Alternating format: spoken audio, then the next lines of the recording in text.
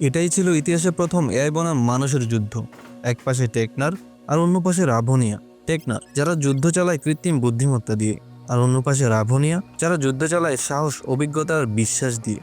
এই যুদ্ধ শুধু দুটি দেশের মধ্যে নয়, এটি ছিল পৃথিবীতে মানুষের নিয়ন্ত্রণ বনাম মেশিনের দখলের লড়াই। এই যুদ্ধ শুরু হয়েছিল নীরবভাবে, কোনো বোমা ফাটেনি, কোনো সৈন্য সীমান্ত পেরোয়নি, তবুও একের পর এক ঘাঁটির পতন হচ্ছিল, আর কেউ জানতেও পারছিল না কে শত্রু কে বন্ধু। রাভুনিয়ার মানুষরা কিছুই টের পায়নি। যখন যুদ্ধ শুরু হয় শহরে তখন সব ঠিকঠাক, সেনা ক্যাম্পে সকালের প্যারেড চলছে, কিন্তু আকাশের মধ্যে একটা অদৃশ্য চোখ যেন সব কিছু দেখছে। টেকনারের পাখির মতো ড্রোনের যাক উড়ে বেড়ায় রাভনিয়ার আকাশে। ওরা ছবি তোলে, মাইক্রোফোনে কথা রেকর্ড করে। কেউ জানে না ওরা এসেছে, কেউ দেখেও না ওদের ফিরে যেতে। এরপর আসে ডিপ ফেক, জেনারেলদের কণ্ঠে ভুয়া আদেশ, রেডিওতে ভুল কোঅর্ডিনেট, আর সৈন্যদের মধ্যে ছড়িয়ে পড়ে বিভ্রান্তি। এই যুদ্ধ গোলাবারুদ ছাড়াই শুরু হয়েছিল।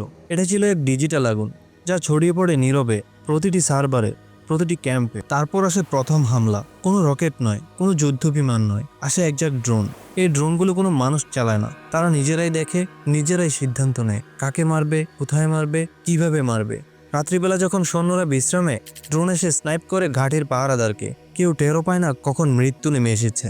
রাভনিয়ার বিমান উঠে আকাশ প্রতিরোধ করতে, কিন্তু এআই চালিত যুদ্ধ বিমান আগে থেকেই জানে কোন পাইলট কোন কৌশল ব্যবহার করবে।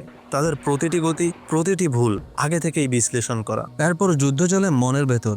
রাভনিয়ার সৈন্যরা তাদের ফোনে দেখতে পায় তাদের শহর ধ্বংস হয়ে গেছে, তাদের পরিবার কাঁদছে, তাদের জেনারেল নাকি আত্মসমর্পণ করে ফেলেছে। কিন্তু বাস্তবে কিছুই হয়নি, সব কিছুই বানানো।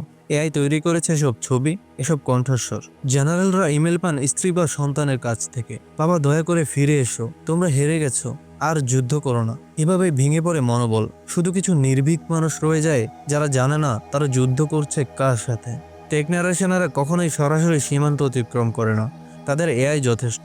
ব্যাংক সিস্টেম বন্ধ হয়ে যায়, হাসপাতালের লাইফ সাপোর্ট বন্ধ হয়ে যায়, সারা দেশে বিদ্যুৎ বিভ্রাট, পানির সংকট। জনগণ চায় আশ্বাস, কিন্তু সরকার যা বলে তাও বিশ্বাস করতে পারছে না। এটা কি আসল নাকি সেটাও এআই বানিয়ে দিয়েছে? রাভনিয়া ধ্বংস হয়, কিন্তু কোনো শহরে কোনো বোমা পড়ে না। এই যুদ্ধে জিতেছে তথ্য, হেরেছে বিশ্বাস। এটা ছিল এক নতুন ধরনের যুদ্ধ, যেখানে বন্দুকের বদলে কোড ব্যবহার করা হয়েছে, আর সেনার বদলে সিদ্ধান্ত নিয়েছে algorithm.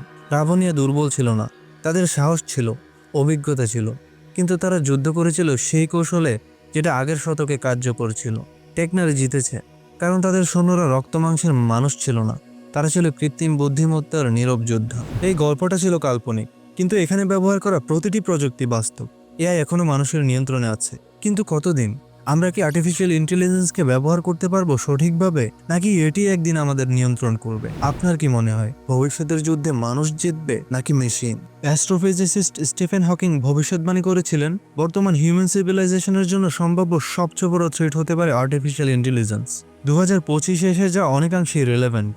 Hawking warned that the development of artificial intelligence could pose a serious threat to humanity, potentially leading to the end of the human race. অর্থাৎ আর্টিফিশিয়াল ইন্টেলিজেন্সের ডেভেলপমেন্ট হয়তো কিছু বছরের মধ্যে মানব সভ্যতার ধ্বংসের কারণ হতে পারে। এআই এখন আর কোনো খাঁচার মধ্যে বন্দী নয়, এটি আমাদের সোসাইটির অংশ। এটিকে এখন আমরা চাইলেও অ্যাভয়েড করতে পারবো না। প্রশ্ন হলো, এআই আমাদের জন্য কতটা হুমকি স্বরূপ? ফেব্রুয়ারি 2025, গাজায় ধ্বংসস্তূপের মধ্যে হেঁটে যাচ্ছিল 4 জন যুবক। মুহূর্তেই অটোমেটেড কিলার ড্রোন এসে টার্গেটকে ছিন্ন ভিন্ন করে ফেলে। জানা যায় ফেস রিকগনিশন বা মানুষের চেহারা শনাক্ত করে হত্যা করতে পারে এই ড্রোন, যা সম্পূর্ণ অটোমেটেড বা এআই দ্বারা পরিচালিত। এসব ড্রোন অপারেট করতে লাগে না কোনো মানুষ, সম্পূর্ণ কম্পিউটার প্রোগ্রাম দ্বারা পরিচালিত। এসব ড্রোন সফটওয়্যার ডাটা অনুযায়ী টার্গেটকে নিখুঁতভাবে আঘাত করতে পারে। প্রযুক্তি আর যুদ্ধের সম্পর্ক অনেক পুরনো। দ্বিতীয় বিশ্বযুদ্ধের অ্যাগনিমে মেশিন থেকে শুরু করে অত্যাধুনিক বোমা, প্রতিটি যুগে প্রযুক্তি যুদ্ধকে পাল্টেছে, কিন্তু এআই যুদ্ধের নিয়মটাই বদলে দিয়েছে। এআই এখন আর কোনো টুল না, এটি নিজের সিদ্ধান্ত নিজেই নিতে পারে, লক্ষ্য বেছে নিতে পারে, এমনকি আক্রমণও চালাতে পারে। স্লটারবোর্ডস এমনই এক ড্রোন যা টার্গেটকে ফেস রিকগনিশনের মাধ্যমে নিখুঁতভাবে আক্রমণ করতে পারে। ইউএনের এক আলোচনা সভায় এই ড্রোন বিস্মিত, আতঙ্কিত করেছিল বিশ্ববাসীকে। এছাড়াও সম্প্রতি চলা যুদ্ধগুলোর মধ্যে এআই এর ব্যাপক ব্যবহার শঙ্কিত করেছে মানব সভ্যতাকে। এআই সবচেয়ে ভয়ের যে কাজটি করেছে তা হলো cyber warfare. AI generated malware ব্যবহার করে রাশিয়া ইউক্রেনের অবকাঠামোতে ফিশিং করছে।